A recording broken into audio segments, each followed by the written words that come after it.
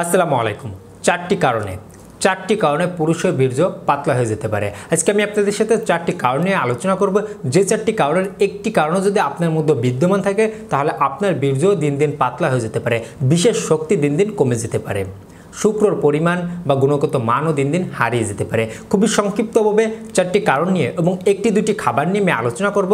যে একটি দুটি খাবার আপনারা অল্প কিছুদিন খেতে পারলে অবিবাহিত অবস্থায় বা বিবাহিত অবস্থায় আপনাদের বীর্যর গুণগত মান ভালো হবে, পাতলা বীর্য গাঢ় হবে, বিশেষ শক্তিও দিন দিন ইনশাল্লাহ বেড়ে আসবে।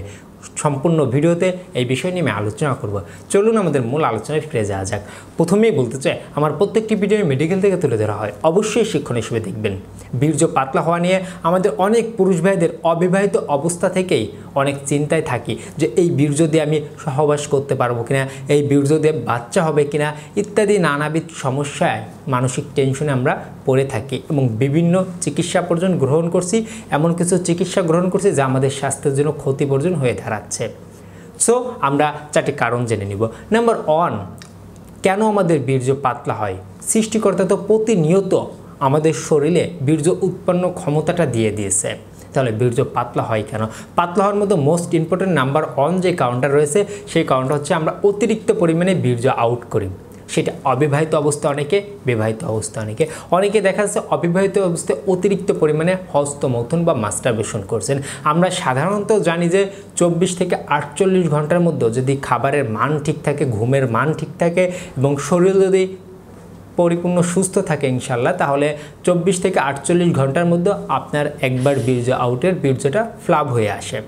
কিন্তু আমরা অনেকেই আছি যে 24 ঘন্টার মধ্যে একাধিকবার আমরা হস্তমৈথুন করে ফেলছি, তো যার ফলশ্রুতিতে আমাদের বীর্য পাতলা হয়ে যাচ্ছে। এজন্য আপনাদের অবশ্যই অতিরিক্ত বীর্য আউট থেকে বিরত থাকতে হবে। আবার অনেকে সহবাসটাও অতিরিক্ত পরিমাণে করেন, অতিরিক্ত বীর্য আউট করে থাকেন। সো অতিরিক্ত যারা বীর্য আউট করেন সে অতিরিক্ত আউট করলে বীর্য পাতলা হয়ে যেতে পারে, এই বিষয়টা মাথায় রাখতে হবে। নাম্বার 2, পুষ্টি ও ভিটামিন। আমাদের অনেকেরই পুষ্টির ঘাটতি রয়েছে, বিভিন্ন ভিটামিনের ঘাটতি রয়েছে।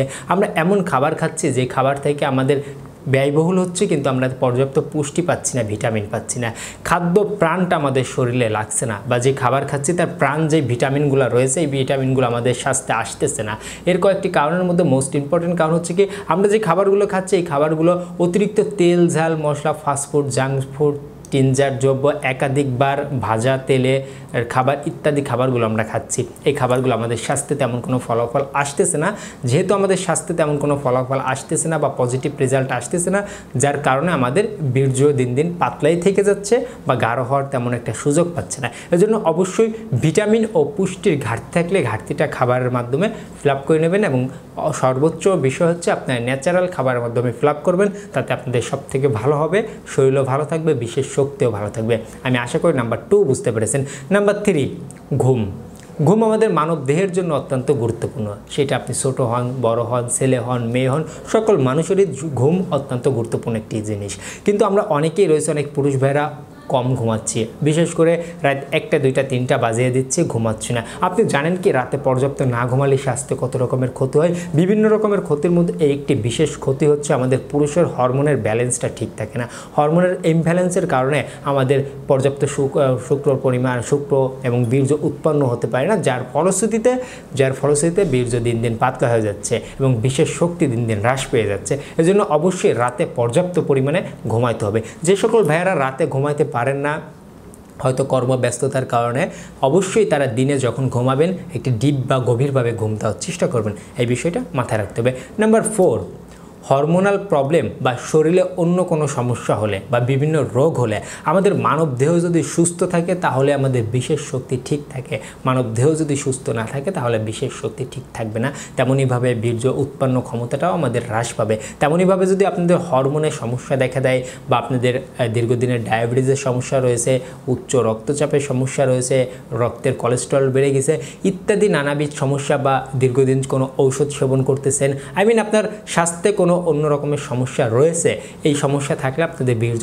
পাতলা হয়ে যেতে পারে। করণীয় ডাক্তারের পরামর্শ অনুসারে সেই সমস্যার সমাধান নেওয়া, এতে আপনাদের ইনশাআল্লাহ সমাধান চলে আসবে। তো এই 4টি বিষয় কিন্তু আপনাদের মাথায় রাখতে হবে। আমি আশা করি বিষয়টা অল্পের মধ্যেই বুঝতে পেরেছেন। এখন আসুন এখন আসুন আপনাদের যে খাবারগুলো খেতে বলবো সেই খাবারের মধ্যে নাম্বার 1 আমি খেতে বলবো রসুন। রসুন আমাদের মানব দেহের জন্য যেমন প্রয়োজন তেমন আমাদের পুরুষ স্বাস্থ্যের জন্য তেমনই দরকার। পুরুষ স্বাস্থ্যের জন্য বিশেষ করে আমাদের শুক্র পরিমাণ বৃদ্ধি করতে, বীর্য গাঢ় করতে অনেক ভালো কাজ করে থাকে। আপনারা রসুন খেতে পারেন। আপনারা চাইলে প্রতিদিন সকালবেলা রসুন ও মধু 1 থেকে 2 কর, বেশি পরিমাণ না, কোনো কিছুই বেশি ভালো না উপকারী থাকলেও, এজন্য আপনারা 1 থেকে 2 কর পরিমাণে রসুন আপনারা চাইলে মধু দিয়ে খেতে পারেন। যদি মধু ম্যানেজ না করতে পারেন তাহলে আপনারা খাঁটি গরুর দুধ দিয়ে খেতে পারেন। অবশ্যই গরুর দুধ দিয়ে খেতে হলে খাবারের পরে খাবেন, আর যদি আপনারা মধু দিয়ে খেতে পারেন তাহলে খাবার আগে খাবেন। অনেকে বলতে পারেন দুধ বা মধু ছাড়া আমি কি খেতে পারবো না? হ্যাঁ, তাও আপনারা খেতে পারবেন 1 থেকে 2 কর প্রতিদিন, এর বেশি না। এভাবে 1 থেকে 3 মাস আপনারা রেগুলার খেয়ে যাবেন, মাঝে আপনারা আবার গ্যাপ দিয়ে মাঝে মাঝে আপনারা খেয়ে যেতে পারেন নির্দ্বিধায়। ইনশাআল্লাহ আপনাদের বীর্য গাঢ় হবে, বিশেষ শক্তিও দিন দিন বেড়ে আসবে। আরেকটি খাবার আমি আপনাদের সাথে নির্দিষ্ট করে দিতে চাই, সেটা হচ্ছে শিমুলের মূল। 1 থেকে 3 মাস কাঁচা শিমুলের মূলটা যদি আপনারা বাজারে কিনতে পাওয়া যায়, আমি স্ক্রিনে ছবি দিয়ে দিব, এই মূলটা আপনারা কিনে আপনারা ফ্রিজে রেখে দেবেন। প্রতিদিন সকালবেলায় 1 থেকে 2 কর পরিমাণে বা 1 থেকে 2 ইঞ্চি পরিমাণে আপনারা কেটে ধুয়ে খেয়ে নেবেন। যদি আপনারা কাঁচা মূলটা না পান তাহলে দেখবেন অর্গানিকভাবে বা পাউডার আকারে আপনারা বাজারে কিনতে পারবেন। এই পাউডারটা কেনার সময় একটু দেখে কিনবেন, কারণ এটার মধ্যে ভেজাল থাকতে পারে। তো পাউডারটা কিনে আপনারা চাইলে দুধ দিয়ে খেতে পারেন, চাইলে চায়ের মাধ্যমে খেতে পারেন, চাইলে আপনারা মধু দিয়ে খেতে পারেন বা পানি দিয়েও ভিজিয়ে খেতে পারেন। এটা আপনারা সকালবেলা খেলে ভালো হয়, বা চাইলে আপনার দিনের যে কোনো সময় খেতে পারেন। ধরাবান্ধা বিশেষ কোনো নিয়ম নেই, নিয়মটা হচ্ছে সকালবেলা খেলে শরীরে ভালো লেগে থাকে, এই বিষয়টা মাথায় রাখতে হবে। তো আমি পূর্বের যে বিষয়গুলো তুলে ধরলাম এই বিষয়গুলো অবশ্যই মাথায় রেখে এই খাবারগুলো খেতে পারলে বা শরীরে কোনো সমস্যা থাকলে দ্রুত একজন ডাক্তারের পরামর্শ নিয়ে ট্রিটমেন্ট গ্রহণ করেন, ইনশাআল্লাহ আপনারা সুস্থভাবে জীবনযাপন করতে পারবেন। এই ছিল আজকের ভিডিও। আপনাদের কোনো প্রশ্ন থাকলে আমাদের কমেন্ট বক্সে কমেন্ট করতে ভুলবেন না। আমাদের ভিডিওটি ভালো হলে লাইক করতে ভুলবেন না, বন্ধুদের সাথে শেয়ার করতে পারেন। সবাই ভালো থাকবেন, সুস্থ থাকবেন। দেখা হচ্ছে পরবর্তী কোনো নতুন একটা আপডেট ভিডিওতে। আল্লাহ হাফেজ।